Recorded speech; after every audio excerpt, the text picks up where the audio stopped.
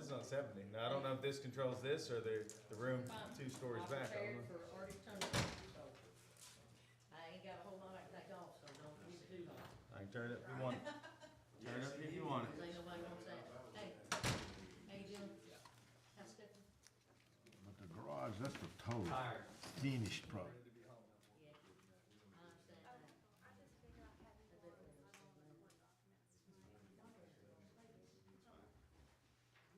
I guess I shouldn't say that out loud. Yeah, I shouldn't say that out loud. Yeah, I just thought. Yeah, I know.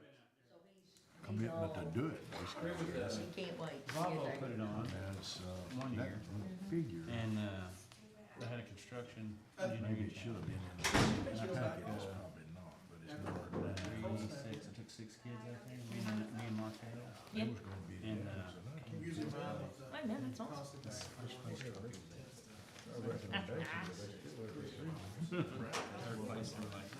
Here's your Thank you certificate. so much. And we were just like, This is what we're doing, this is the final plan that the committee agreed to on the bill. This thing, and the only thing you're building out is a sheet metal, no stone, no, nothing, no construction, no concrete. Andrew. it's on purpose. You ready? 5 o'clock. Well, had no reason, Wow, where's insisted that the price fourth would be. district last year? He's talking to Robert Hewitt. Insisted that we get There he the is. order, the building material. That's all it is. Thank you. Join us. That's all. Okay. 5 o'clock? Yeah. You ready, ma'am? Oops. All right, we're ready, Judge. All right, can you do me a favor and shut those doors, Andrew? Yes, sir. Are we live?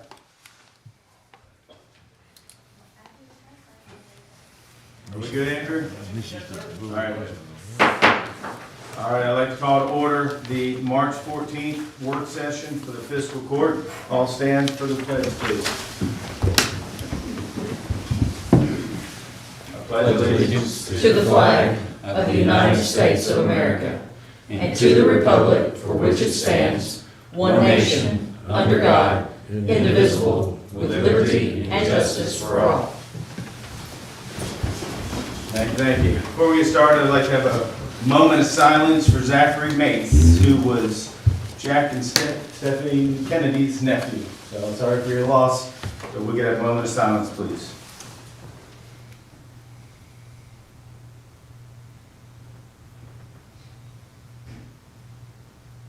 Thank you. I'd like to, even though it's not on our agenda, ask if there's any public comment before we get going. It was left off by accident. Seeing no public comment, we're going to move on to the work session. The Simon House, we're going to hold off. That was my mistake. We're going to run that through a committee, so it should be on the next agenda. So I would like to go ahead and invite Marshall Jenkins to come up and talk about the Capital City Activity Center. Welcome. Thank you. Thank you for allowing me to come and speak with you all today. It's been a little bit to be in person, so and I understand I have 5 minutes. Lord help me. I'll try to do my best. Maybe 6 if you're good. Okay. All right. First off, I want to say that March is a National Senior Nutrition Month. March for Meals. I believe we've reached out to everybody here. I haven't heard from everybody. There's still openings. You gonna call out? So I can, but I won't. So I'll just say, if you've not talked with me or with my marketing coordinator, Amber, about coming out and serving or riding with a meal driver, I encourage you to do that. That will give you a great opportunity to see what your senior center is doing for seniors here in Franklin County. We're on target to prepare and serve and deliver almost 56,000 meals this year. That's really good. Last year we were able to serve about 4,500 families through our food pantry. So this is something that every Friday we have what's called Free Food Friday. That's open to anybody 18 years or older that needs to have something to help supplement their grocery status throughout the week. So that's open every Friday. We give out mailboxes. You can call on Mondays and reserve that. We operate an emergency food pantry for the seniors here in Franklin County. We also hand out, right now, about 112 food commodity boxes a month. So it's averaging out to be about 120 families we're serving a week just through the pantry. So we're, our home delivery, we are about 170, 180 meals daily that we're delivering Monday through Friday. And then serving roughly about 50 in our congregate, which that is picking up since we've opened up in August. That's increasing. This is the big issue right now, housing. Senior housing is, my outreach coordinator is being bombarded. There's 6 different entities that have sold as of late that accepted Section 8 or a voucher program, that they're no longer doing that. We have a real issue with where we're going to put these folks. I'm not sure, but if you know this, but from Kentucky State Data Center, I'm just curious, I'm gonna ask you guys, do you know what percentage of 50 years and older is for Franklin County?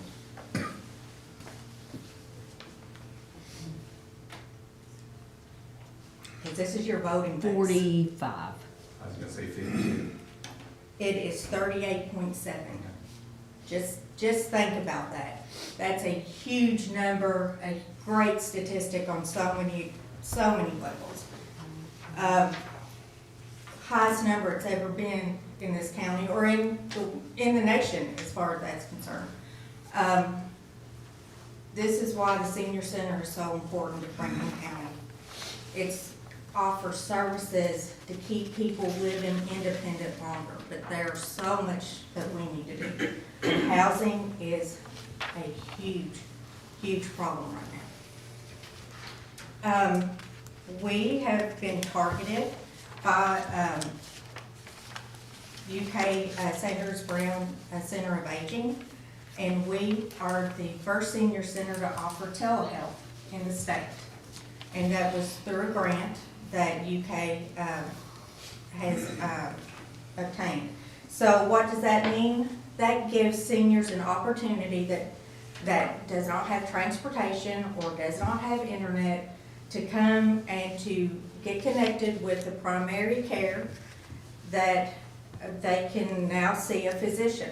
And it's been very interesting since we've opened up that majority, I'm going to say that about 60%, 65 seniors that's coming in and filling out their new assessments are either at a nutritional risk or a malnourished risk. That has been very overwhelming to us. That has not been like that in the past, and that just shows the state of which they are with being able to purchase these things. Cannot afford the rent, the utilities, the prescriptions, and then have to buy food. So it's very worrisome, but I'm hoping that this program is going to allow us to take and connect these individuals with doctors, and they'll be able to do that through the center. I was excited to see we have a lot of volunteers. We couldn't do everything that we do without volunteers. We, right now, average about 515 hours a month. And this number kind of staggered me. So the national hourly rate for a volunteer is $29, $29.95. So a month, we use that amount. It's saving the center $15,454 a month. That is crazy. That is how valuable volunteers are to the center and to Franklin County, to be able to bring these much-needed programs to Franklin County. So that's about it. I thank you guys. Thank you for your continued support. I never come to the county for any type of need unless I have exhausted every other place to go, because it is our obligation to reach out and find, through grants, private donations, that type of thing. But I want you to know, if I ever come here, I've knocked on every door, and I've gone above and beyond, because I know how tight that the budget is. And so I thank you for your continued support for your center and for the seniors of Franklin County. Thank you very much. And before you go, I'm asking the magistrates if anybody has any questions. I got one question. Go ahead, Squire. What's the criteria for being eligible for the Meals on Wheels? Criteria is 65, what is it? 60, 60. Yes. Okay. and then it goes on from there. You can't drive. You don't have anyone in the household to be able to fix you a meal Okay. at lunchtime. And it goes on from there, but it's fairly easy to become a Meals on Wheels person. But you can drive, you can go to the center and get the food, is that That's exactly correct? right. So that's Mhm. not necessarily to be That's- eligible for the food, I guess. Right, Meals on Wheels is what we call our home delivery meal program. So, yes, any senior can come to the center and get. Any senior can come. Any senior And go to the center. can come to the center, and they can receive their meal at no cost, as long as they're 60 years or older. I don't consider 60 years old a senior person. Neither do I. I agree with that. I mean, I totally agree, but that's, really AARP says 50 and older, you are a senior, and that's me. So, anyway, if you've not been, I encourage you to come and just sit down and tour the center, see what we're about. Come on some different programming days, come have lunch with us. We're the only senior center in the Bluegrass region that operates a commercial kitchen. And that's pretty significant, because our folks are getting a home-prepared meal every single day, and not something that's prepared at a kitchen in Lexington. So, you should be very proud of that. And I will say, when I was at a Bluegrass ad meeting, and they brought up the pilot program with the telehealth was pretty pivotal, but then when I looked at the numbers, they're serving as many meals as Lexington Louisville does. I mean, frankly, and no one else is even close, so, I'll say during the pandemic, we were serving more meals in Lexington. yeah. So we are definitely, doing work. Thank you very much. Thank you. Ms. Oh, Jenkins? Squire Tracy, Yeah. Sorry. Marshall, thank you for being with us. Just, you referenced the need for senior housing. Yes. To your knowledge, how many seniors do we currently have looking for housing that has been in contact with you? I don't know that, I don't know the exact number, but I know that within the past 2 weeks, my outreach coordinator has been receiving lots of calls. I do know that there is a new facility that, is just opened out next to, Cracker Barrel area. They can house 80, they have 80 apartments. That's already exhausted. They're on the waiting list. King's Daughters Apartments on the waiting list. Emily Apartments on the waiting list. Cottages on the waiting list. Southern Hotel on the waiting list. It's a serious problem. There are places to rent, but they are not accepting Section 8 or the vouchers. And That's the I will problem. just add, I've had 2 people contact me in the last week for the same thing. And Yes. trying to, I've reached out to every resource I know, and the issue is the Section 8. There are a lot of people that are no longer accepting that. These new sales of places that accepted that, they are not accepting it. Right. Marcel, do you think that is, I know the cottages, some of the others you mentioned have sold out because their 20-year federal restriction period that they were subsidized have ended, and we've not had any new built projects, to my knowledge, that are using that federal subsidy to to mandate that they stay low income and elderly eligible. Do you have an idea of how many units are still, do you all keep track of any of that kind of thing? How many subsidized units are specifically for elderly or in the community? I just know the ones that I just mentioned. So, other than that, there's really not anything left. We have a housing study ongoing that should answer that, and we should have that within about 3 months, that should have a survey of everything in town, and so we'll have a better picture of how to Well, that address would be that. great. I mean, if we, I know we're working with the housing authority, but they're sending people to us. Yeah. You know, it's a bad situation right now. You brought up something that concerns me. I hadn't heard mentioned, that you're seeing people malnourished and Yes. and otherwise, and we all know cost of everything is going up. Do you think that it's, what do you think are influences of that we may look at mitigating somehow? I'm imagining utility costs over this winter that's been wildly Exactly. fluctuating have It's- been a big impact, but It's housing, it is utilities, you know, that's gone up a lot. And it's the grocery part of it.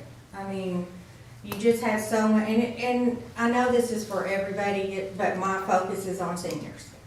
And they got a little bit of raise on Social Security, but not enough that tackles the inflation situation. They get farmers market vouchers. This is something that needs to be worked. They only get $43.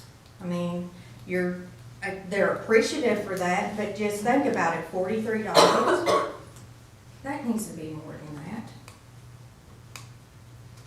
But it's the whole ball of wax. There's just so much money in the pot.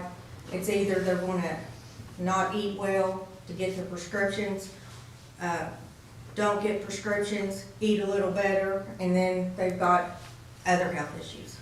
So it's the vicious cycle. Can we see if there's any more financial assistance or relief funds available? And I guess send that information to Marshall. I'm not sure if there is or not. Okay, we'll look into that. Also, if you could, whoever's taking those calls, if they could maybe start a log, Okay. that might be helpful, like about a month, to send it in to us that we could share with the housing study people. I mean, the more information for me, the better. Okay. So, yeah, we'll see what we can do. Okay. Thank you. Thank you. All right, the next on the work session is Josephine Sculpture Park. This is Melanie Van Houten. Thank you. Hey. Hey, thank you guys. Hello, hello. Some new faces, welcome. Do I have is it gonna click or Tell Andrew to click when you want to click. magical? Like magic. Okay, Yeah. thank you, Andrew. Clap your hands if you want or something. Oh, I like that. Do your thumb or something. Okay. Thank you all for your support. My name is Melanie Van Houten, and I'm the founding director of Josephine Sculpture Park, which is in Franklin County. I want to thank the Fiscal Court for your investment in Josephine Sculpture Park. Our mission, for the new folks here that may not be familiar, our mission is to connect people to each other and the land through the arts. We provide community art and nature education and transformative opportunities to artists while conserving Kentucky's native rural landscape. By investing in Josephine Sculpture Park, you are foregrounding the arts and natural beauty of our parks as a driver for improved quality of life, economic development, business recruitment, and tourism. See, that worked perfectly. Gotta get some flair. As some of you may know, I moved back home to Frankfort 14 years ago to start the sculpture park because I was called to do so. I had been working as a university professor, a professional sculptor, and artist in residence at Franconia Sculpture Park in Minnesota for 10 years before moving back home. I started the sculpture park. It was my mission that it would be free and open every single day of the year from dawn until dusk, and we've remained that way since we opened in 2009. We exhibit over 100 works of art made by artists from across the globe, and we are still the only sculpture park in the state of Kentucky. We are a regional draw, and your support makes the entire community stronger. I don't know why I feel like I have to do that, like he's gonna see me through the wall. But, environmental sustainability and land conservation are also key components to our mission at JSP and are realized through all of our programs.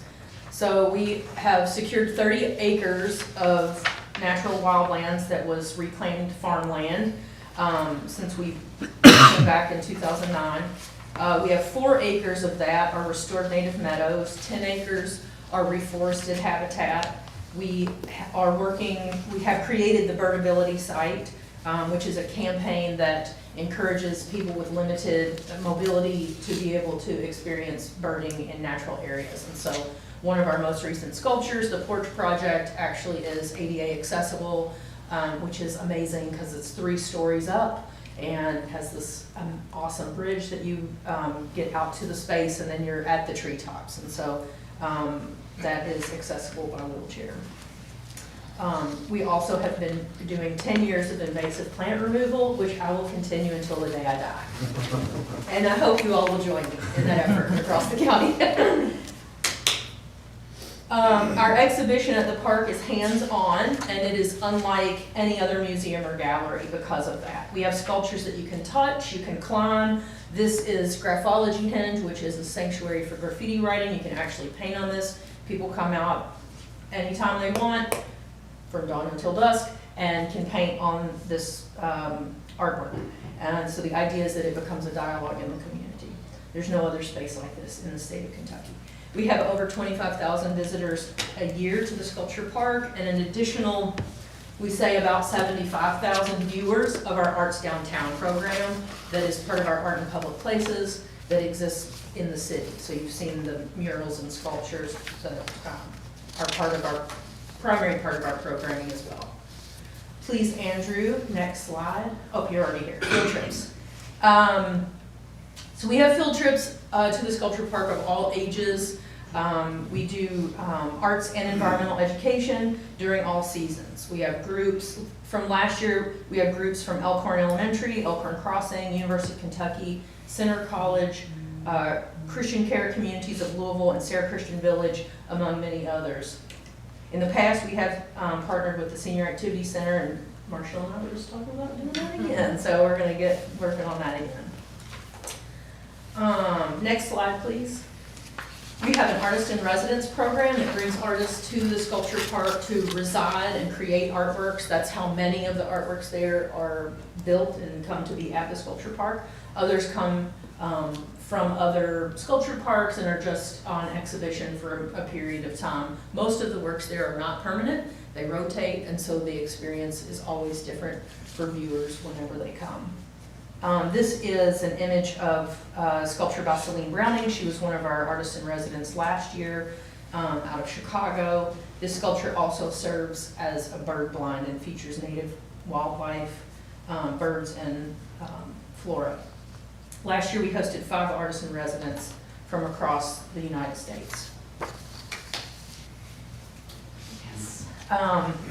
International visitors. So it's really important for us to tell our story to other people. I think a lot of times people think Frankfort and Franklin County is just the capital, and they forget that actual people live here and that other things happen and that we have an amazing park system and all of these other things. So we were a site for the International Association of Curators of Contemporary Art Congress that was held in Central Kentucky in September of last year.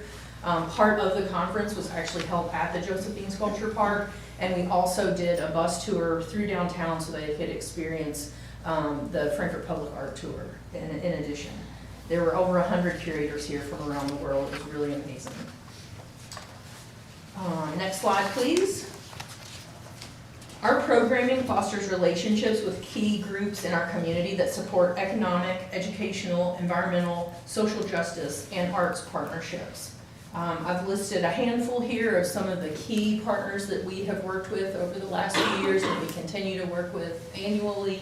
You can see there's a really wide variety there of the different types of partnerships that we have, from arts organizations to, educational and environmental groups as well, and social justice. Next slide, please. Our Art in Public Places program, which I mentioned, is primarily our Arts Downtown. Now, there are a few other sites. We have a sculpture at West 6th, which is on the northern end of the county. On occasion, we put sculptures at other businesses in the county. but most of it is focused on arts downtown. We have partnered with the Frankfort and Franklin County Tourism Commission to publish a robust public art brochure, which I'll hand out to you guys here at the end, that has a walking tour. There are cell phone tours, printed maps, and the website. We've also partnered with tourism to develop docent-led tours for the Frankfort Public Art Tour. And so we, in partnership, developed that, and tourism will lead those for this year. Our current exhibition in Arts Downtown is 19 sculptures and 8 murals. Next slide, please. Trying to get through this in 5 minutes or close to it. For this year, for Art in Public Places, we're excited about a couple projects that we have happening that are happening pretty soon. At the end of this month, we have commissioned a sculptural bench to be installed at the north end of the Singing Bridge, which is next to the historical lynching marker, which memorializes Marshall Boston and John Maxey. This will create a space for truth-telling and reflection about racial terrorism and its legacy in our own community. We worked on this project in collaboration with the city and Focus on Race Relations and the Equal Justice Initiative. That bench will be installed at the end of this month. We have a new mural happening on the VFW wall that will focus on the 1964 March on Frankfort and the Civil Rights Movement in Kentucky. And the Arts Downtown sculptures that rotate out. So most of those sculptures are also on a 2-year rotation. So every 2 years, most of them change. Now there's a couple that will stay and a couple that have been purchased by the city. But for the most part, those rotate as well. And we're also working on future plans to partner with the city to commission the public art for the transit center. So we really try to be engaged in a lot of different ways, even beyond the sculpture park. Next slide, please.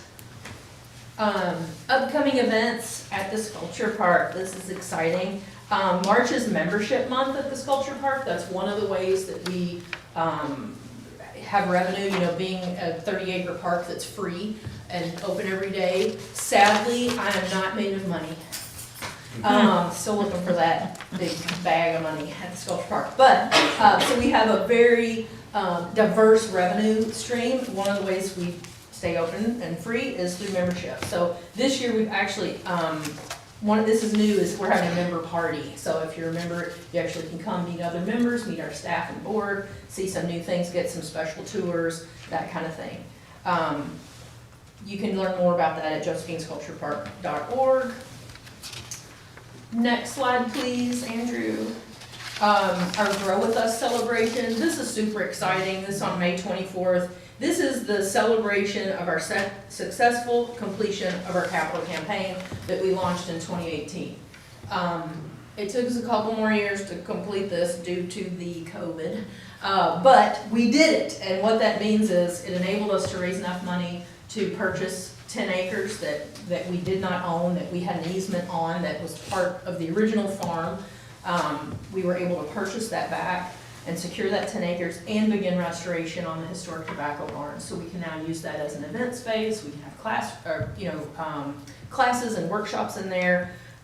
It's an amazing space. So I hope that all of you will join us at this event. This is a free public event. It is a celebration to honor everyone who made this successful. And there were people that donated $5, and there were people that donated $100,000, and everybody in between. And that's how we were able to reach our goal to be able to secure this land. So super exciting. Again, there's more information about that on the website. Next slide, please. Also super exciting. Our barn raising is our annual fundraising event. We only do one a year. It is June 11th this year from 4 to 8. And it features Chef Weta Michael of Holly Hill and the local honeys. So it will be a dinner and concert in the historic tobacco barn. So seating is very limited for that. And tickets will go on sale at the end of this month. That supports land conservation at the sculpture park. One more slide. This is a little bit further out, but I wanted you guys to save the date. We have confirmed the date for the Symphonic Stroll, which is our collaboration with the Lexington Philharmonic that brings about 700 visitors to the sculpture park to walk and stroll among the sculptures while listening to different ensembles from the Lexington Philharmonic.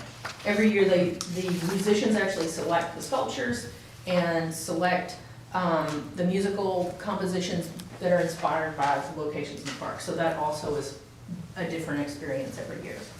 So the date for that is September 9th. We're really excited to partner with them again and hope to see you all at that event. Next slide, Andrew. Last slide. We really could not do this without the support from the Fiscal Court and the grants that we receive, donations from individuals. So we really thank you for your continued support, and we appreciate the opportunity to continue to partner with you guys in so many ways that really, I think, highlight all the things that are awesome about Franklin County and make me proud to have grown up here and live here and be doing good things for the county now that I'm back. So, are there any questions? How much, you got one? How much trouble, that might be a very bad word, but planning and advanced thought, let me use it that way, to replace or to rotate those sculptures, to have new ones coming in all the time? Where do you find them? Do you have all of your in-house sculptures like the one from Chicago, or you said you went to other parks and swapped out with them probably? I don't know where any other parks are except this one. Yep, so we do we put out national calls, and artists will respond to those calls. So whether it's a call, if it's a residency opportunity, then artists will submit proposals to be in residence, and we have a committee that reviews those and will make the selections. It's also based on the funding that we get. Most of that funding comes from the National Endowment for the Arts to fund the residency program. So we pay artists to come, build work, we provide technical support for them, housing, plus they get paid, you know, and sometimes they're here for a week, sometimes they're here for a month. It really depends on the scope of their project. But other times we'll do calls just for sculpture. So it may be something that they'd already made and it's been on exhibit at Pyramid Hill and outside of Cincinnati for 2 years, and it's time to rotate out of there, and then they may submit a proposal to us and say, you know, would you like to exhibit this? That's the primary two ways that we do get sculptures at the park. The Arts Downtown is a different process, and we have a different committee that reviews those. That's the Franklin County Arts Council, so that's put together by a few citizen advisors. There's a city advisor, there is arts advisors, as well as several arts professionals on that committee that review the proposals. But it's the same kind of process in that we do a national call, and then artists respond to that. Now sometimes, here's the other way it happens, is sometimes I am at, let's say, an international sculpture conference or something, and I meet an artist or see an artist's work at some other park or some other place that I think, ooh, I would really like to have this artist come to Frankfurt. And so sometimes that happens, and I reach out to them directly and encourage them to apply. So that's the other way. But Richard, you bring your checkbook tonight? I'm not much of an artist, believe me. that's the great thing about the sculpture park. You know, some people just come out there to walk their dog, or just to get away from their office, or, you know, whatever it might be. So the fact that it's free and open really makes it accessible to families and people who, some of them just want to step out of wherever they're at most of the time and be in a different kind of environment. And we saw that definitely during COVID in a significant way. Go ahead, Square. Yeah. So I'm a therapist, and we used this a few years ago when we couldn't have kids indoors very much, and we brought kids out and did therapy with them at the park, and really appreciated that. So thank you for that, and they loved it. Yeah, it was wonderful. We appreciate you all very much. Thank you. Thanks. That's what we're here for, you know. Any other questions from Ellen? My sister's an artist, and my father's a musician, and I was the dog walker. That's okay. You gotta be something. Somebody's gotta walk the dog. I see Richard out there on the graffiti wall. Yeah. Doing some art out Little there. stick man? No, he'd be a Hey, there's a lot of art, stickers all his out there. tattoos. Is there a lot of stick? All his Yeah, sleeve some people tattoos. just come out, you know, with a Sharpie or something and just Yeah. write. Well, sometimes it's just poetry, sometimes it's Richard was here. Yeah. Richard loves Nancy. Don't be mad. Richard loves Nancy, the big heart. Really, you don't have to be a Yeah. professional graffiti writer to, you know, paint on the graffiti wall. Good deal. Melanie, Be thank great you. about it, Ken. And I did bring, I brought brochures and newsletter, and this one specifically is the Frankfurt Public Art Tour. And that one, well, I guess all these are new, but this was something that we developed in collaboration with tourism that is just a totally new document that we never had before. This will change every 2 years as those sculptures rotate out in town. Our brochure also has a map. It changes every year just because the sculptures, a lot of You them. leave that pile or you gonna hand those out? You can pass them around, Okay, and that's then the fine. pile can just go out front or something. That's fine, That's yeah. all right. Perfect. Thank you very much. Thank you all Thank so you. much, appreciate All it. right, Thank thank you. you. Yeah. All right, and next on the agenda, judge's report. So just let everybody know kind of what I've been up to. Went to the KSU legislative fish fry up at KSU, and it was nice. Got to speak to a lot of people up there about, you know, how things are going with Kentucky State University. A couple days later, President Johnson came down here and had a meeting with me. It was very nice to get to meet him and kind of tell him, you know, kind of look at his vision for the campus. And he's really trying to figure out how to get, you know, Kentucky State University working with our community and even, you know, our government here. Met with the Paul Sawyer Library. We talked about some different things. She has an idea about maybe doing some satellite libraries out in the counties, far areas, you know, north, south, east, and west. So that's something we're looking into. We had a solid waste task force and committee meeting, talked about all kinds of things. Biggest hot topic we're looking to tackle is maybe banning single-use plastic bags in the near future. And so that's pretty exciting. Road committee met. We're going to cover that here in a minute. I think John's here to talk about some things. Been a lot of committee meetings. Administrative services have met. We've had ongoing, I think 2 or 3 days now, budget discussion meetings with all department heads, trying to get our heads around where we're heading with everything. Big thing, and I think most of you all are aware of, is what happened yesterday with the bourbon tax. You know, passed out of the House. Not sure if the Senate's gonna hear it now or not, so thought something was gonna happen today with it, and it didn't. So that's something that we all need to be concerned about and kind of keep our eye on, because that can make a big difference in our budget if that were to go through. And so that's kind of a quick overview of judge's report. So now I'm gonna ask Mr. John Mitchell to come up and give us an update on the road department. John, good to see you.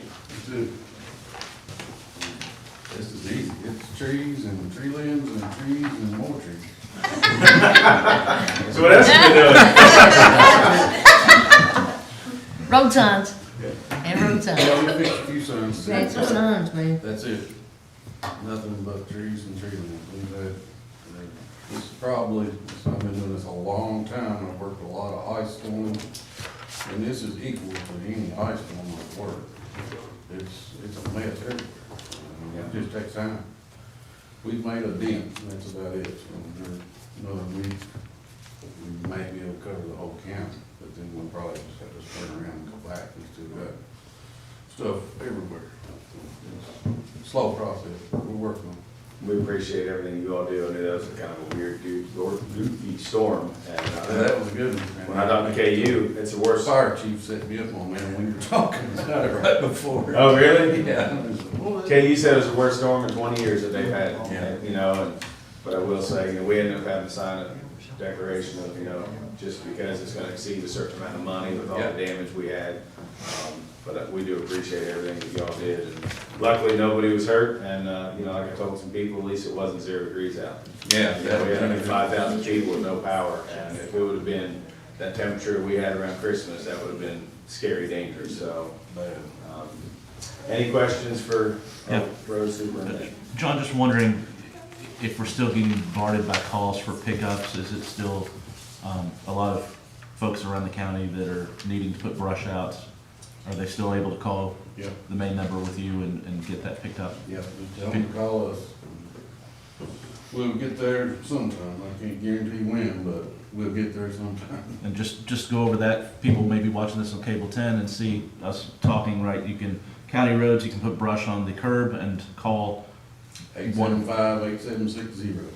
and have that picked up, or you can still bring brush out to Lakeview.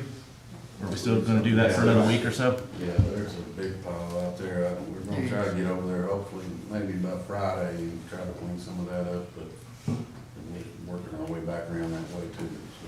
and dump permits through our online portal, which you can take out that way. And then we do, Brittany's not with us, right, but we do have spring cleanup coming in right at a month from now. So we'll have some other options for other debris. I do know Brittany made a comment that the dump is asking not to bring brush, to the landfill to, dispose of it at Lakeview or through John and them. So they're asking not to use the vouchers for brush cleanup, so it is important to say. All right, any other questions for John? I'm gonna move the schedule around a little bit. Somehow our last item with the road department garage. So, John, if you want to stay up there, and Robert wants to go ahead and come up, let's go ahead and talk about this road department project, if you all don't mind. Come on, John, he doesn't want to have all the fun. Good evening, Court, Robert Hewitt. So the road committee has been working directly with the design team, Codell Construction, OHM engineers, along with their mechanical, electrical, plumbing subcontractors, working on schematic designs, design development plans for the road department facility as a whole. Throughout these discussions, we've been trying to narrow down, where the main building's going to sit, what's going to be in there, who's going to occupy it, what activities are going to go in there. And throughout those discussions, Codell has been monitoring the supply of pre-engineered metal buildings. And so while the time delay has gone down, we're still at many, many months for building to be delivered. So at their recommendation, we're presenting to the court tonight just to request to authorize an advertisement for bids for the pre-engineered metal building. And then once bids are received, the actual review of those bids would come back before this court for your decision on whether to accept the bid or not. But lengthy lead time, it would get us, if we ordered it now, we'd probably get it sometime late summer at the earliest. So that's what we're here to consider tonight. And once again, just rest assured that the final bids would come back before you for a decision. So and I don't want to get into too many details, but just roughly for those that are not on the committee, the building we're looking at is just a little over 10,000 square feet. So it would be for the maintenance garage activity or function of that department exclusively. Anybody from the road department want to add anything to Mr. Hewitt's conversation here? He covered it pretty well, I think. This is just the metal part of the main building of the maintenance garage. That's all it is. It's projected, $290,000 for the whole thing, and we'd have to come up with, 10% of that, more or less? There is a deposit, yes. If you accept the bid. And that can be, if it's out of line, we wouldn't have to do that. But there's been a lot of work with the committee to get where we are right now. But this is technically going forward. This is a commitment that we're going to build this. We're going to go forward and do the road garage. Once we accept it, if we accept this bid, we're on track to complete this project, which is going to run somewhere around $6.5 million. But May I ask a question? You mentioned the figure of 290,000. Is that only for the metal? That's just the metal? It's just the steel Is that right? structure itself. So it's just the tubing, Just tubing. basically? Yeah. that's not the concrete It's not any foundation, siding, nothing. it's No. not anything like that? No. Not any rebar to go in the concrete, No. just the No. I tubing? think like Robert said, all I'm we're just doing trying to make tonight sure is I- giving Codell I the got it. permission to put bids out Got it. there. To get And this, then, this isn't accepting the building or anything, this is Yep. just saying that they can put an RFP out to see what the building's gonna come in at. Okay, Yeah. I'm just trying to make sure I Yeah. understood I also the believe it amount would, you mentioned. I believe, this is personal belief, it's not based on fact, it's just opinion. If this comes in way out of line from some of the projections we've heard, it might give us an indication of where this is going. If it comes in under what the projections are, it's also might be an indication for the future. I do believe the package will come with roof and exterior walls, exterior sidings, part of the whole. So all that in the 290? That's my understanding. Yeah, So my not just understanding is all that, except probably the doors and, Right. none of the rebars or concrete or any construction. So you're thinking that it is the sheeting, Mhm. the tubing, right? Well, there's no tubes in it. Well, It's a I'm calling steel. it, it's the Yeah, metal metal steel structure. Framing. Yes, But the steel but that's, structure. Yes. yeah, so it's the sheeting, the metal steel structure. Mhm. And the roofing, and the roofing. it'd be a metal roof. Okay, all right. But the foundation, all that is a separate contractor. Probably not the doors either, which is No not that big a no deal. doors, Yeah. nothing. No, Just a That'd be shell. separate bid. Okay. just a shell. Shell rough openings roof. Squire Tracy? Yes. Okay, thank you. Oh, I thought you raised your hand. I think Robert touched on it pretty well. One thing that I would like to do is thank the committee, the road supervisor, planning director, Robert, the employees down at the road department that have just dug in and helped and let us know, hey, new facility, we need this. And so it's definitely been a team effort, and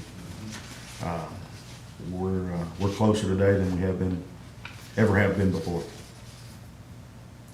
True statement. Judge, I'm feeling just a little uninformed on this entire project. The last time I heard any indication of what we might have for a final cost of this project was before I took office, sitting in on the previous court's meetings. I get a schematic without any numbers whatsoever, and I've only gleaned from things hanging in the back room sort of what this project even encompasses. I don't know if a meeting of the whole is appropriate, but this is a large endeavor that I feel like I need to be more informed on the entirety of this project and the potential cost. And we know what's going to happen with this bourbon tax very likely, and we're going to have to tighten up belts, and I'm afraid of how that's going to impact our projects in the future. The last number I heard until Mr. Tanner just mentioned $6.5 million was $8 million that the committee was being kicked back again before I took office, to cut that back down to what was a budgeted $4 million. So the thought, no, it's a very valid point, and we've talked about this. So the thought is, and we talked to Jim Codell, is let's just give him permission to throw it out there and see what the numbers come back at. And then I think, like Squire Tanner said, we're either gonna see if we're high or low going into this. And then from that point, because we haven't accepted anything, that's when we'll do a community whole meeting to talk about the whole project overall. We're just trying to get our feet wet to see where the numbers are gonna come in. I understand that, but I still feel it's a little bit of cart before the horse. I feel like there's some discussion to be had about the full scope of the project, and last again that I heard formally for the fiscal court was before we took office again, 3 of us were here, that there was going to be survey work of the land to see if it was even possible to build on that location. I've still not seen any of that. So I understand the process of this. This is just giving us some idea, but I'm just requesting that we have a formal dig into this thing as a body to make sure we're all heard, equally represented. Rob, you want to talk a little on that a little bit? Have they done any the geo stuff? Yeah, geotech's been performed, that stuff has been completed and submitted to the county. There were some bad soil locations, so the site layout has adjusted to accommodate, the lack of construction, or building construction. We're still using the site of the bad soils for some material storage, which is just fine. So that's why I guess the road committee is met so often, as new information comes in based on those contracts that we have, to move things around. Thank you. Just some, for clarity, but, so your project total cost, and this is just an estimate, so it's 6.1. So just to go back and think, that's 1.9 that's been shaved off. That's correct. From what was proposed to us in the past. And I'm not sure who has been down to the road department and who hasn't. But I can tell you, it's long overdue, and it has to be done. There's no ifs and buts about it. So this is a project that has to be done. I will jump in and Please thank do, the judge. right. I've said several times at this body from the last court, and I'll say it again, I'm ready to put my stake in the ground. The Franklin County Road Department is the backbone of Franklin County government. They step up when there's a need in the community for anything, whether it is to help another nonprofit agency. They're at Lakeview Park doing a number of things. They trade back and forth with the state road department to help them out when there are issues there. And that collaborative approach makes this such a strong community. And that facility that they're in, it was put in service in, I believe, 1958. So I dare say there are few across this entire state that are still in a facility that they were put in 1958 for the wear and the tear that it takes that facility to do the job that it does for this community. So for me, I'm ready to put my stake in the ground. And I've said that on this project 3 times. I have to say it 10 more. My stake's still in the ground for it. If I could add, at that last road committee meeting, the road superintendent did say that they would be willing to construct their own aggregate bins, which would then come off this total cost. So that way they can build them exactly the way they want them. There's another cost savings right there that's not reflected in our most recent estimate. But it was noted at the meeting. There's a few odds and ends that have not been cleared up, that we've discussed about moving this pole here, how we're gonna run the electricity and all, dealing with the plant board and other things. And I agree with everybody here. Eventually, whenever all those are worked through by the committee, then we do need to have a committee of the whole, because you really do need to see Sure. and be more than just see a piece of paper on the wall, which is the first thing I saw, but now I have a much better understanding of what's going on, and we can't wait much. We have to start somewhere. And today, I think, is a starting it. Well, if we accept this bid when it comes in, then we're on track to build it. Well, and I would say that's a great point, but I think before any bids are accepted, we will have that meeting. So, don't feel like we're trying to, this is just. Well, we need to work out all those. They're working on it now, but it's gonna take a while to get this bid RFP put together and put out, and then bids come in, so I think by the time we do receive, we'll be ready. And that's just my statement, Judge, that this facility's abysmal at best for what we need in this community. I'm concerned about the location, but that's another caveat, but just that,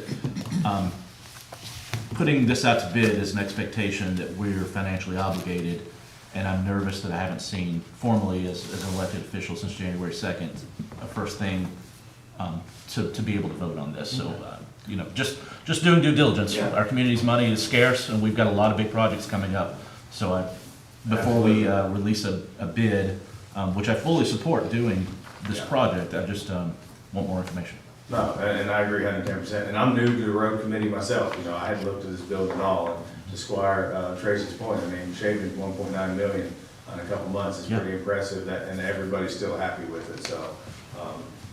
Robert, thank you. John, do you have anything you want to add or comments or anything? Well, I don't want everybody to get the perception that it's $6 million in this one building. That's what Right. everybody needs to That's the whole realize. project. It's the whole project. Yes. Several little structures. 1 billion is 2 salt million. storage, there's Yeah. a lot that goes into 2.23 this right whole there is the building. program here. Yeah, no, It's you're- all gonna be in phases. It's gonna be, Yeah. it's gonna take a while to get it done, but like I said, don't get caught up in one Yeah. structure, $6 million. That's not what it is. And the other thing that's important to remember is the road department's still gonna function at this location. during Absolutely. construction.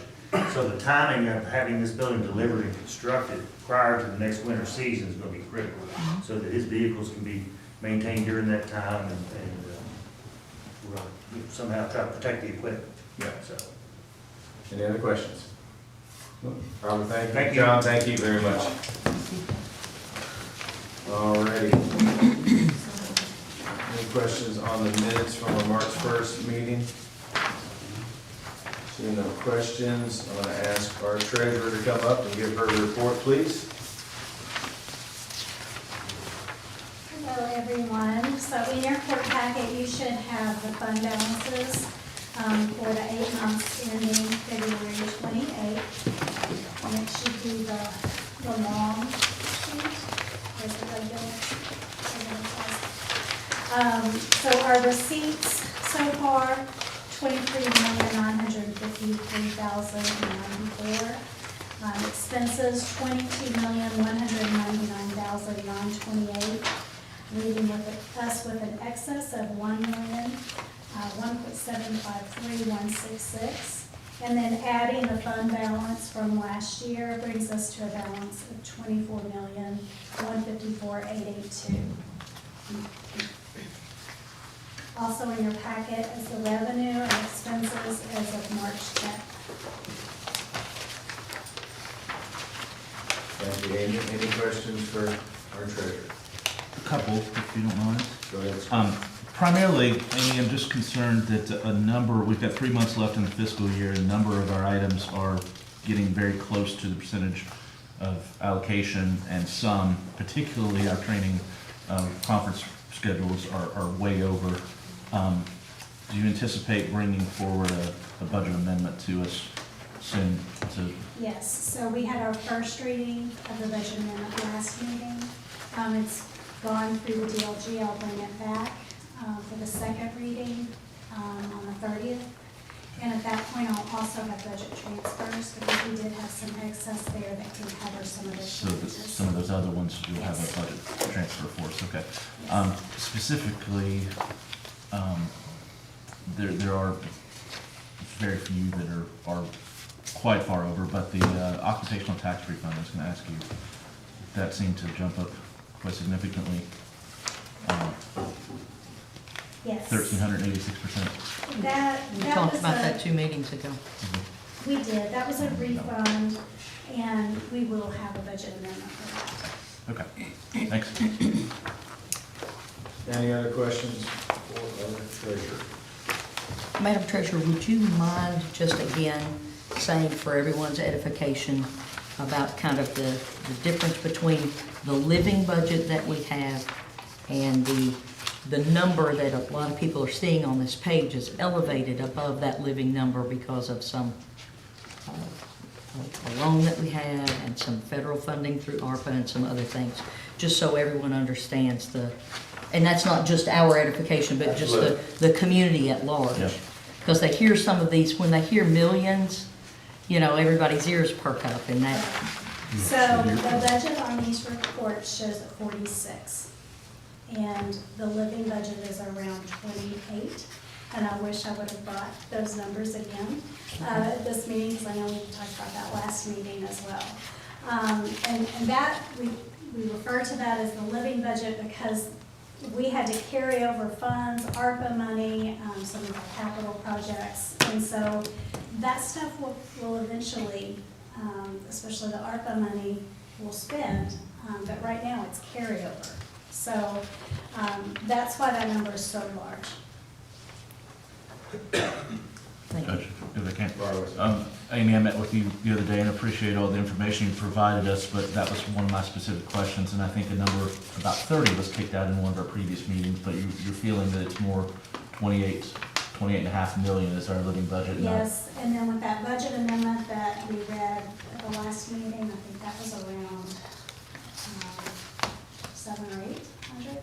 So, yeah, I'll have a number for you all the next year of that living budget. I'll have an exact number. And when we met, I asked you to look at a longer range of period, and I was specifically interested in sort of 10 years of sort of what our living budget, since we're so far out in left field because of COVID, and I was more interested in the variations over a longer period of time and how we might think about what we're going into with some potential budget cuts from legislative agendas and how that might affect us more, so we can be better prepared in this budget. So,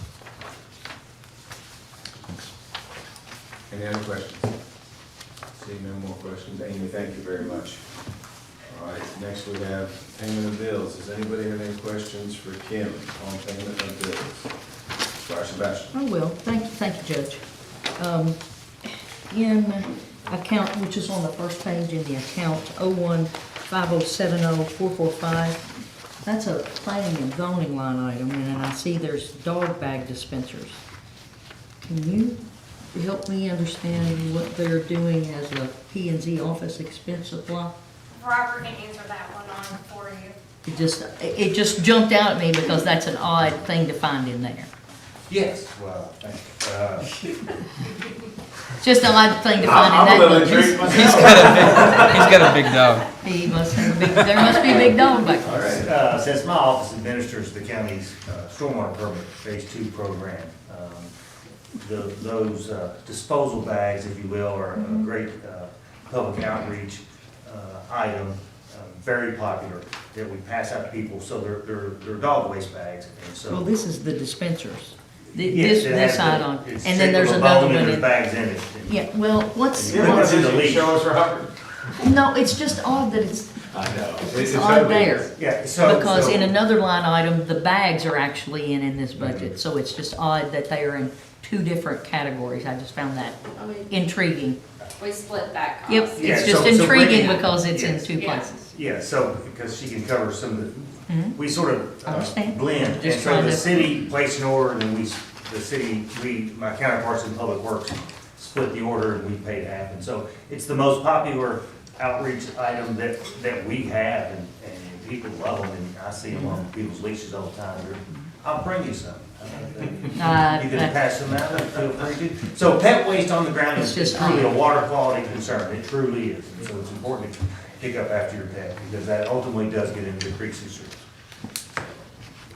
But thanks for. Well, it was just odd that it was in two places in Yes. these bills, and it's just Uh-huh. Yes. atypical to have, because So the it's thing two in departments my. working together. Yeah, and I understand there you that, go. but in my background Thank in you, Ron. procurement, those things are potentially called a split purchase, and so that's a big no-no, so I was just looking at it from that lens. Sure. From the no-no lens. So, Any other questions? unfortunately, Judge, I do have another question. So I'm gonna go ahead and skip the bags. I got it highlighted on here, skip the bags. I'll have to ask that one later. Over on, page 1 of the jail fund, and our jailer may not be here to answer these. So, the question I have in regard to the, 0351011343 for this overage. So if you'll notice, there's one in there for 4/22 to 6/22. So, you know, that's a pretty substantial thing, but that's in a previous budget. So, you know, there's two different billing cycles in this pack of court bills. So what happens with that one being from 22, that's, you know, $2,300? I'm assuming, did they bill us late? Did they? From what they've written on the invoice, they just didn't receive it. Okay. So how long, I mean, typically we get penalized if we are late on paying. So is there anything that happens if, you know, we get a bill that's 9 months in arrears to us to pay? I'll have to look into that, I'm not really for sure. So Kim, are you saying that we didn't bill them, or they just now sent it in? The judges received the invoices. So we got a bill that's 9 months late in getting the bill. But now we're in a new budget cycle, Yeah. and I we're carrying believe- over a bill from an old budget. I believe it went to their old email address, and they didn't send it to the new one. Okay. If you could look into that, please. I will. Yeah. It's just, Amy, is that anything a problem as far as moving it since it's from last year? What do we do with that? I don't think so. I have seen some other invoices from the previous year, and it's due to, you know, late billing and from the vendor. So I think it's fine. Okay. okay. Staying kind of within that section, under 035101-336, there's a pretty substantial expenditure in there for plumbing repair. So was the jail maintenance staff, you know, maybe unavailable for the repair, or was it prior to maybe our county maintenance staff coming on and them collaborating on that? Just trying to get, because that's a pretty substantial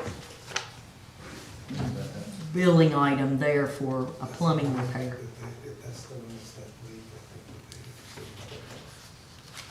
So we're gonna look into it.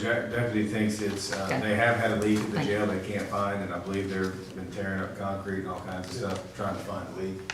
So, but that was, I think, prior to Greg started. Okay. And then the CPR training. So if you flip over to page 2 of the jail budget, there's CPR training. So do we have any idea, you know, maybe how many staff were trained during that time in the CPR trainings? And, you know, does that training itself have to be through this provider? I need to go back and source that contract to see if it has to be through this provider, or if they're for some sort of contractual obligation that we have for providing the healthcare services that are there. But I don't think any of us know that off the top of our No, head. and without Jailer being here, but we can look into him and get some answers to that, because that is a good point. That may be something that we ultimately want to look into. I think that was the last of the questions I'll ask at this time. Thank you. Thank you for asking. Any other questions? Just a comment if I can. I Go just ahead. wanted to, attached to our info packet is Constable Sandiford's reports, detailed report. I'm just appreciative that he provides the court that, so just want to thank him for giving us a rundown of everything he's been Thank you for involved in. acknowledging that. He does do a very good job with that. Squire Tracy. Judge, could you give us an update in regards to general fund court bills, page 2, account 01-5205-399? Which one, I'm sorry, which bills are you looking It's at? the Humane Society bill. Okay. You want to talk about it? Or you want me to talk about it? If you would like me to. Yeah, go ahead. There is a dog fighting case that is currently pending in the Franklin Circuit Court. It is yet to be resolved. In my discussions with Mr. Cleveland regarding that matter, an offer has been made to resolve that case. Currently, the county has a contract with the Humane Society regarding the housing of animals. And so the bill was submitted pursuant to that contract that I think was last submitted in 2015. It sets the daily amount for housing of these animals. It is my understanding that those animals have now been surrendered, so even though the case is not complete, I guess, no more charges will be accrued for the county. And as part of that offer that has been made, restitution as far as paying that money back is part of that offer. In addition, I have talked to another attorney that is in the county attorney's office regarding the potential of filing a civil suit to recoup that money for the county to make sure that the county gets that money back. So it's not a situation, we've been working to try to get that expense to stop. We've got that expense to stop even though the case is still ongoing. And so pursuant to that contract, that's why that bill was submitted. And I've got a copy of the contract if you'd like to see that. I appreciate it. Thank you. Squire Blackburn. So in reading the contract, it says not to exceed $10 per day per animal. So we house these animals for 64, 67, 65 days? I've got, There's, I believe, additional vet, bills and there things was that were some on with vet it. bills I had, I don't know if I ever saw it. I believe, do you have it? I've received it from.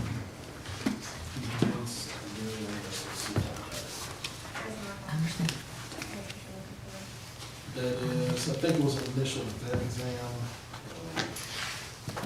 So there was a breakdown of, that is the, We do have a breakdown, and it met the contract. I believe the extra fees were some veterinary fees and things like that. Do we know how many days you kept them? this is logged in starting 12/22/22 until, looks like 2/20/23.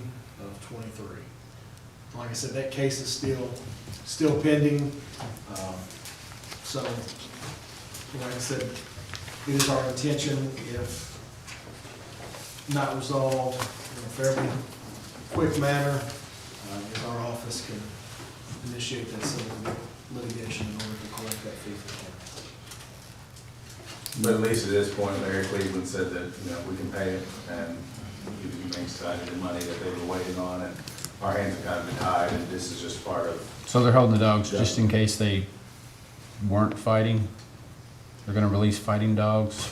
Well, You know what I'm saying? It's, the dogs have now been given to the Humane Society, so that's Right, one of the reasons why right. they're no longer accruing. The problem was he wouldn't give his rights up, that's why it just kept going and going and going, from Right, what I understand, right. right? That was part of it. yeah. Okay, any other questions on the good. Thank you. Thank you all, good questions. Alrighty, Brittany's up next. Hopefully we can make this one. So I'm here for 3 fiscal year grants that I applied for from the State Division of Waste Management. The first one up is our household hazardous waste grant application. Basically, this funding provides the monies to pay a vendor for household hazardous waste collection. We try to host 2 events per year and have been since about 2015.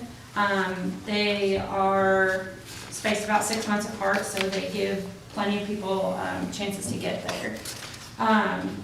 So this grant request is for payment to the vendor and some advertising, and that's it for this one.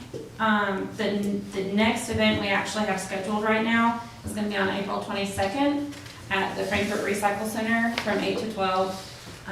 So everyone can come on out. If we do go over, that is something that the city partners with us on to split the overage at the end of the year. So there's a 25% match, but that can be taken care of with my time and city employees' time. Have we ever gone over before? Yeah. It's hard to predict because it's not so much, like our numbers of cars are pretty consistent that come through, but it's what people bring, and you can never predict that. So the average cost for our vendor in the spring events, it's usually around $11,000 to $13,000, and in the fall, it's probably anywhere from 7 to 10. So that right there puts us over.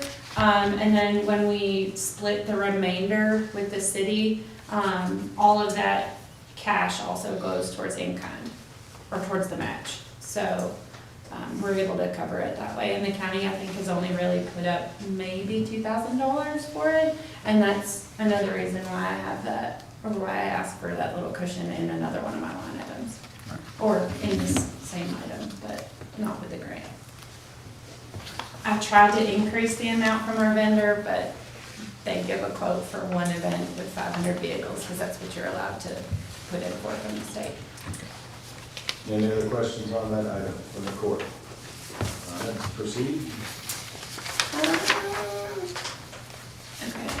Are we on the recycling one? Yes. Okay. I had my papers wrong. Okay. So the recycling grant also comes out of the Pride Fund.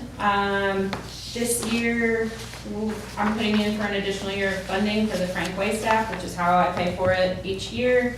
Some advertising funding, and I'm asking for funding to send direct mailers to all county residents, because stickers on carts aren't always the best. It's hard to get out there and actually tag everybody's cart. So a mailer is the thought there, and then an additional trailer as a collection point for recycling materials that can turn around and be dropped off to Lexington and be sold. There's a match with this one as well, and that could be met with my time and other county employee time. Or Sebastian. Thank you, Judge. Appreciate you being with us tonight. I noticed in this abstract, I was a little perplexed to read the statement in here to provide an additional drop-off point for recyclables when the county switches over to bi-weekly curbside recycling collection. So what does that mean? So in our solid waste committee meeting, our smaller meeting, we've actually also brought it up with the task force. In order to save some money on our hauling contract, which we're going to be going renegotiating. Yeah. The thought is to decrease recycling to every other week for pickup. It will save us money in pickup time. Basically, they won't have to run another truck, which will take some of the wear and tear off the roads. It'll give them back quite a bit of time, honestly, because not everybody puts out a full cart every week. So, and it won't really do anything to our revenue either for recycling. I don't anticipate. So has this body decided that? No, we're still talking about it right now, but we're trying to figure ways to save on our hauling contract. And And so when I we talked understand about that. it, when the program was set up, I believe we were using the smaller containers. And then we went to the bigger containers. And so when we talked to our vendor, he said most of them are empty when they go to pick them up. Very little recyclable materials in them, so. And that when could be Could be, down the line. that when maybe should be changed to should the county switch over to biweekly? Because right now, we don't know that, right? Because this body hasn't decided that, right? That's correct. But I mean, it is an excellent Yep. suggestion, and I think everyone is trying to be mindful of how do we put cost savings measures in place. But I was just perplexed when I read that, because that basically is telling me the county's gonna do Right. that, and Yeah. we probably should be aware of that, if that's gonna be the case. Okay, we can change that verbiage in there. Any other questions on that one? I do have one. When you said you're gonna do direct mailers, Yeah. what are your thoughts on what is going to be on those mailers? So I have one that I've actually put together, probably about a year ago, because there was the thought to send them out, and then Lexington kind of upgraded and changed some things. So the thought is to have everything that is recyclable on the front side, along with a few of the big no's, very much delineated. And then on the back side, it would be more of like a little bit of an educational thing, like why should I care? Like what does recycling actually do for our community? And then have a plug for the Frank Waste app, and maybe just a little bit more information based on. Maybe a QR code to your website too? Yep, I think it might already be on there. Okay, perfect, thank you. All righty. And Judge, in addendum to that, I suppose, in our solid waste meetings, we've been talking about other ways to educate the community generally about what is recyclable, what isn't, and any changes that there's been some variation and fluctuation in our community in the last couple of years of what is recyclable, which we feel may have halted some people from participating in the program. So getting into the schools, using our children as educators of the larger public and otherwise is some ideas we're kicking about on how to maybe go about that with resources we have already, right? Thank you for our wisdom. All right, ready next one. All right, last one I've got is the composting grant application. This primarily funds any equipment we need up at the compost pad and any community outreach programs I do. So the big thing on this is I want a new screener. Even though I'm not always up there, it would be very helpful to the road department to have this new trommel screener. It's basically like a big drum that rotates, so it can separate the material we want from, any rocks, any bits of chip that haven't, degraded or anything. So a trommel screener, it also, that price comes with a mounted conveyor for the offshoots, and then an additional conveyor to send the material that we want, the finished compost, up into a separate pile. New scales for our Yard Waste Wednesday program, and just to weigh yard waste in general. The set we currently have actually broke like a week or two ago, so it's perfect timing. And then continuation of my backyard composting program, where I hold a class and folks get a composter for finishing, and then in exchange they provide me with data. So to this point, I have about 80 homes participating, and I think rough estimates put us at about 3 or 4 tons of food waste diverted from the landfill in the last year and a half. So not a lot, but if everybody gets on board, we can really make some change. The chipping service that comes in to take care of the larger yard waste, which we will have a serious need for this year, and whatever we don't get this year into next year. And then advertising and continuing my school compost education program, where I basically build vermicompost units and help out with any other programs that are currently going on. So. Do you have any questions? Question? I just have one, and this may be more suited to ask our road supervisor, but there is a mention of a chipper service. So what is the frequency of the chipper service? It's Because once a year. they only come in once a year. Yeah, it's a huge piece of machinery. Yeah, I know And they what only come in to take care of the stuff that our smaller shipping units can't do. So, once a year, with the recent storm we've had, are we gonna have to call on them more than this? We've got Nah. him on schedule already, so he's All right. probably a month and a half out, but we're good with him this time. Okay, that's perfect, because if it's once a year, it definitely doesn't warrant us having that type of specialized equipment, you know, so, Not for what it costs. yeah, that's the thing, they're pretty expensive, so, all right, thank you. Any other questions for Brittany? Any other questions? Thank you. Number 8 has been tabled. I'm going to ask any department heads or committees want to talk about anything that they've been up to. Any department heads in the audience want to talk about anything? Everybody shaking their head down. Committees, any other committees want to speak about anything we've talked about? Give me 1 second, Judge, I just wanted to tell everyone about something. Our solid waste committee had an interesting discovery the other day that I thought was just something fun to share. About every day through our community goes these solid aluminum ingots on trailers through the railroad. And everyone notices those things, and maybe you don't realize that Kentucky is one of the biggest producers of aluminum in the country. And those blocks, which weigh about 72,000 pounds apiece, are all recycled aluminum cans, which are done in Berea and shipped to Louisville and then sent out to markets. But just thought it was an interesting thing. Maybe the newspaper wants to do a story about the value of those, which is about $40,000 each block that's rolling through our community every day. Seeing those 2.5 million cans per block that have been recycled and are going to Louisville and to Georgia to be reproduced into cans right here. So we thought about maybe using that as an inspiration for some spring recycling initiatives in the community. So be on the watch out. Good fun facts. Thanks Yeah, for our just fun facts. Alrighty.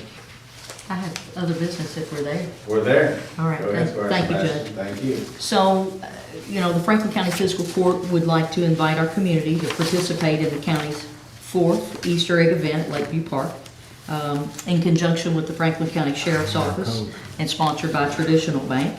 We plan to have 10,000 eggs, which we already have on hand. And we have 2 Easter bunnies that are going to participate in this program. Franklin County Sheriff's Office is going to be on hand with the Mounted Police Unit. We'll have new vehicles. Certainly their electric vehicle is going to be on hand, and some of the other vehicles to demonstrate the community policing that they provide throughout the county. Our own Franklin County Fire Department, which has been extremely busy this last week, like the road department, is going to have its ladder truck there. We're going to show off one of the new brush trucks and actually have some demonstrations of things that the fire department does. So we're really excited about being able to show the community aspects of what our fire service does for our community. The Franklin County Health Department's going to be on hand. They're going to have a painting station. They're going to do also some demonstrates and discuss some of the HANDS program that they have, so we're excited about having them. The Paul Sawyer Public Library is going to be on hand with its obstacle course.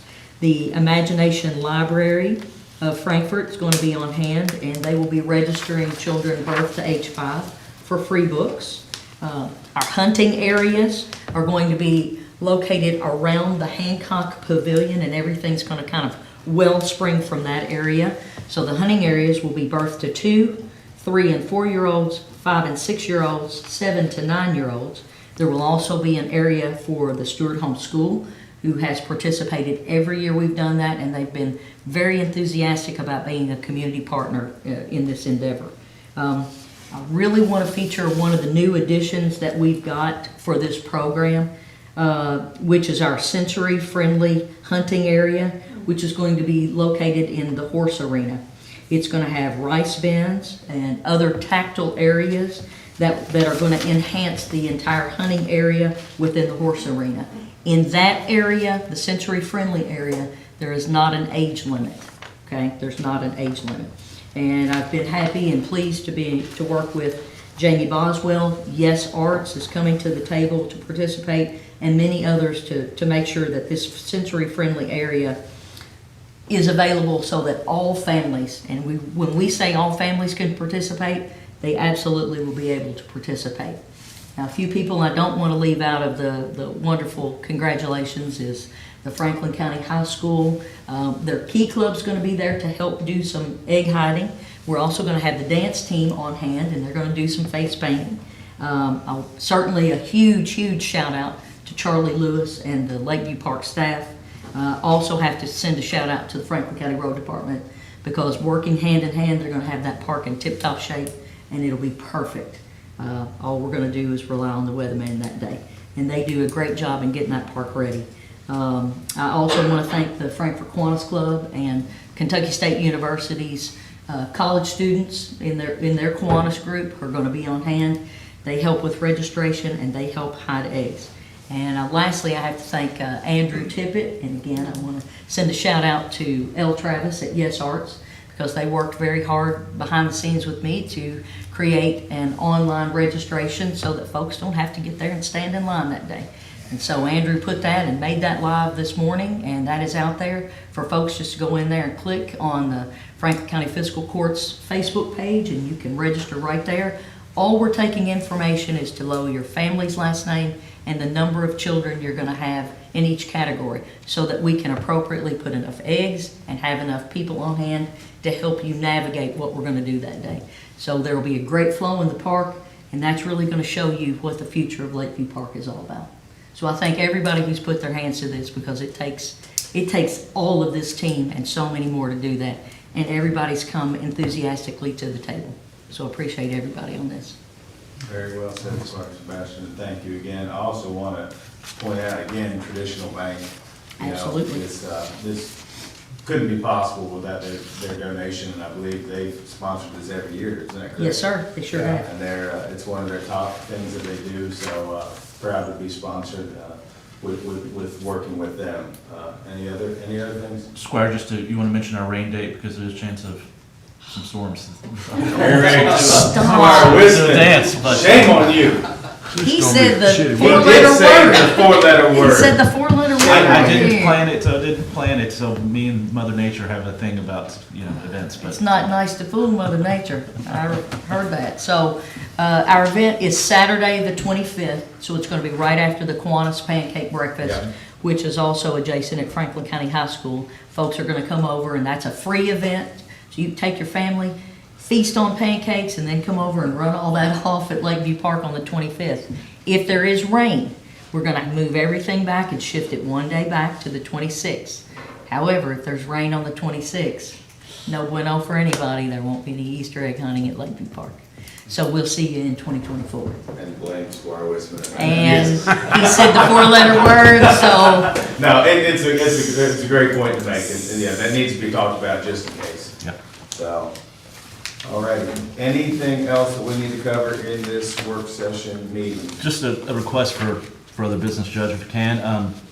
Squire Tanner requested, I think 2 meetings ago, to have a report about the internet expansion, FPB's expansion. Yep. I'm wondering if we could schedule for the plant board to come and give us an update on that.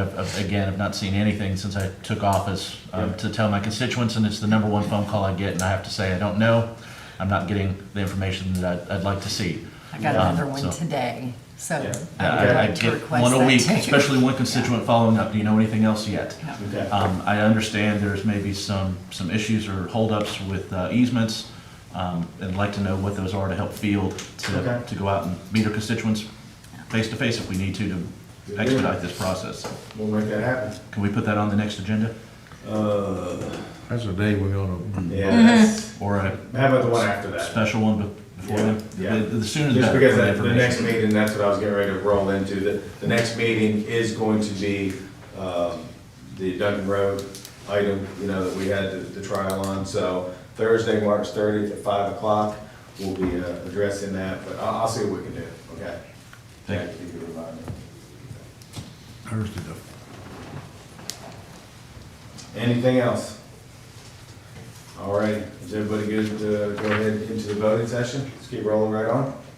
All righty, clerk, please call the roll. Squire Sebastian. Here.